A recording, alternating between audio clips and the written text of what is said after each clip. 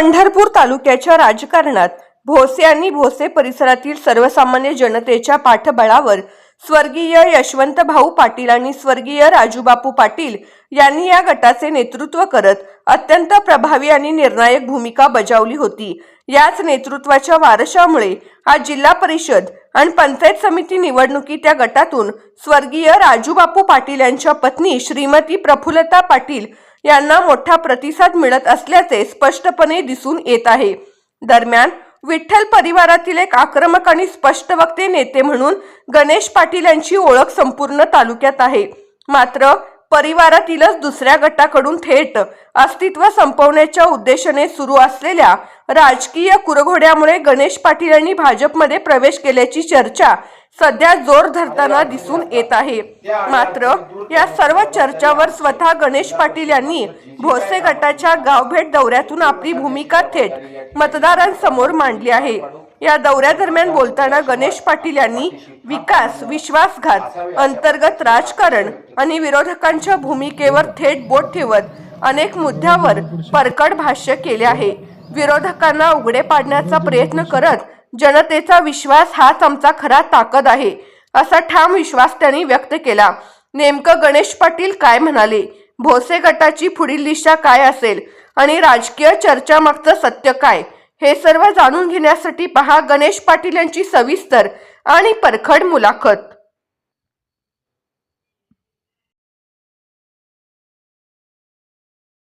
अशा वेळेला तुम्ही जी भूमिका घेतली त्या भूमिकेची मोठी चर्चा होती आहे। तर दुसरीकडे मेंढापूर येथे बोलताना अभिजित पाटील यांनी असं म्हटलंय की सर्वांना मी बरोबर एका रिंगणात आणले, हे जाणीवपूर्वक सगळं म्हटलंय असं वाटतंय का या घडामोडी?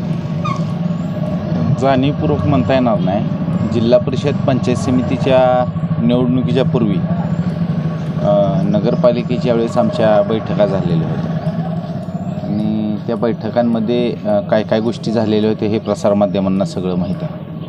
त्या कालावधीत परिवार एकसंघ ठेवायचा ह्या दृष्टिकोनातून काय पावलं उचलली गेली होती, परंतु त्या दृष्टिकोनातून तशा पद्धतीचं काही घडलं नाही। ते घडलं नाही तरी पण आम्ही भूमिका घेतली होती, आम्ही भगीरथ दादांच्या मागं राहायचे आणि त्या पद्धतीनं आम्ही त्यावेळेस भगीरथ दादांच्या मागं राहिलो। परंतु जिल्हा परिषद आणि पंचायत समितीच्या निवडणुकामध्ये राजकीय स्थित्यंतर आली।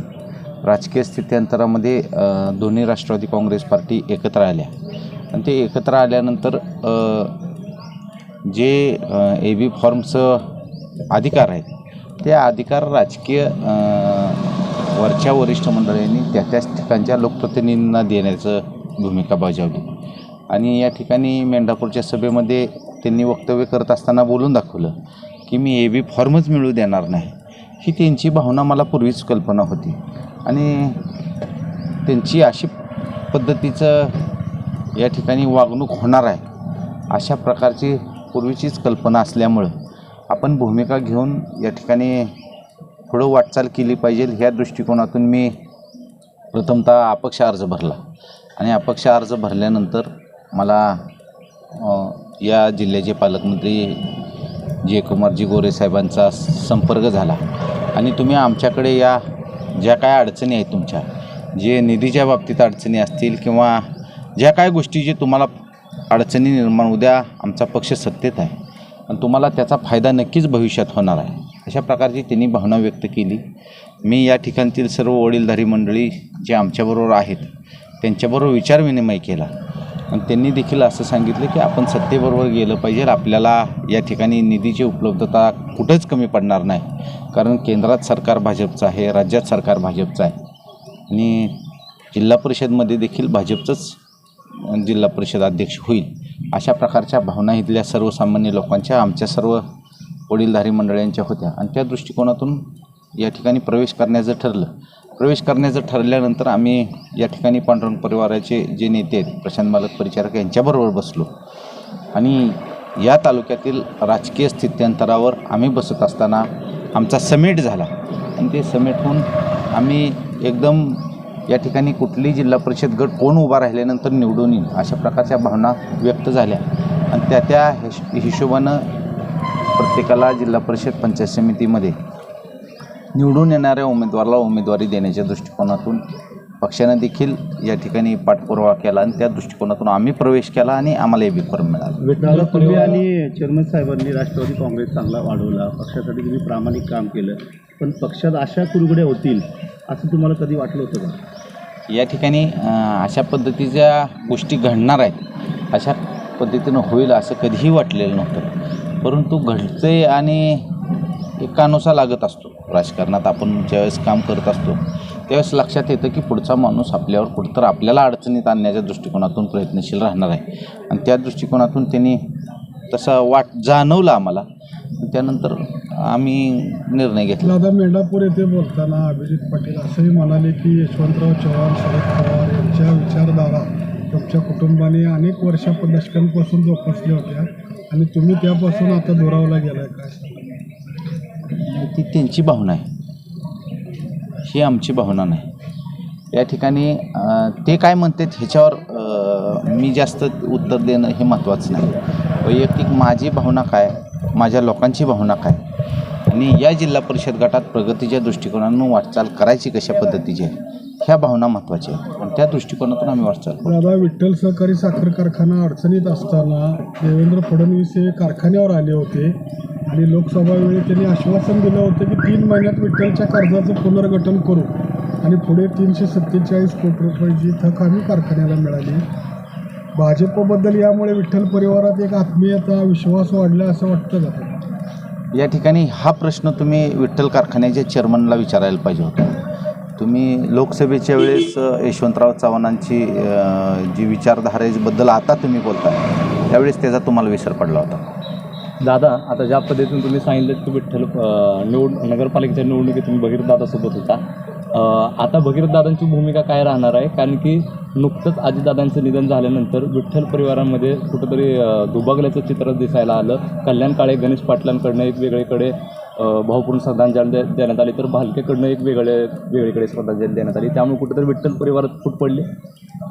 अजिबात तसं काय झालेलं नाही.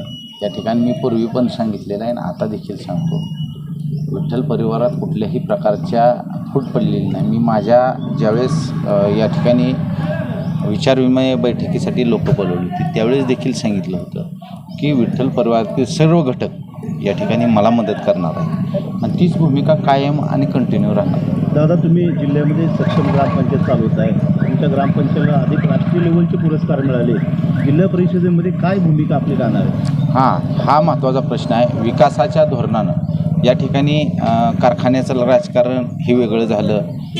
ही इलेक्शन हे सर्वसामान्यांच्या कुटुंबाशी निगडीत असलेलं इलेक्शन आहे. म्हणजे घरकुल असेल, पाण्यासाठी असेल, आरोग्यासाठी असेल किंवा पाटबंधारे विभागाचं असेल, ह्या सगळ्या गोष्टी ह्या इलेक्शनमध्ये येत आहेत आणि त्या दृष्टिकोनातून मी भविष्यात काम केलेलं आहे. चांगल्या पद्धतीचं काम माझ्याकडून झालेलं आहे. ज्या निधी असतील किंवा जे सर्वसामान्य माणसाला वैयक्तिक लाभाच्या गोष्टी असतील त्या देण्याच्या बाबतीत आम्ही अग्रेसर आहोत आणि तशा पद्धतीचं काम या ठिकाणी तुम्हाला बघायला भेटत असेल. माझं इन्फ्रास्ट्रक्चरच्या बाबतीत असेल, भविष्याच्या बाबतीत, कुठल्याही विकास कामाच्या बाबतीत मला जिल्ह्याचा विभागाचा पुरस्कार भेटतो म्हणजे आम्ही त्या गोष्टीत अव्वल आहे. त्या ठिकाणी काम चांगल्या पद्धतीचं केलेलं आहे आणि त्याचा एक रोल मॉडेल म्हणून आम्ही पुढं दाखवतो की मी भविष्यात काम केले. अशाच पद्धतीनं आम्ही जिल्हा परिषद गटात देखील काम करणार आहे. या जिल्हा परिषद गटामध्ये वेगवेगळं भौगोलिक रचना आहे. नदीकडेची काही गावं आहेत, काही गावांना नदीचा कनेक्ट नाही.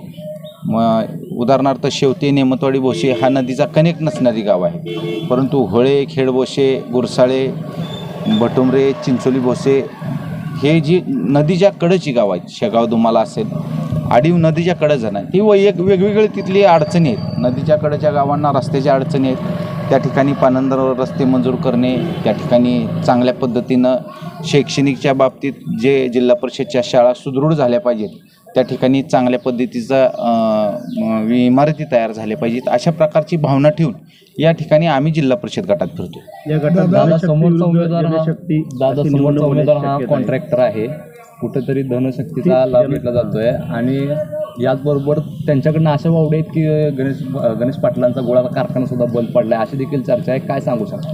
नाही, त्यांच्याकडून वावड्या काय विषय आहे ते आहे, परंतु असा प्रचार केला जातो. नाही, केला जरी असला तरी मी कुठल्याही शेतकऱ्याला किंवा कुठल्या ह्याला फसवलेलं नाही. दुसरी गोष्ट, उमेदवार हा कॉन्ट्रॅक्टर आहे.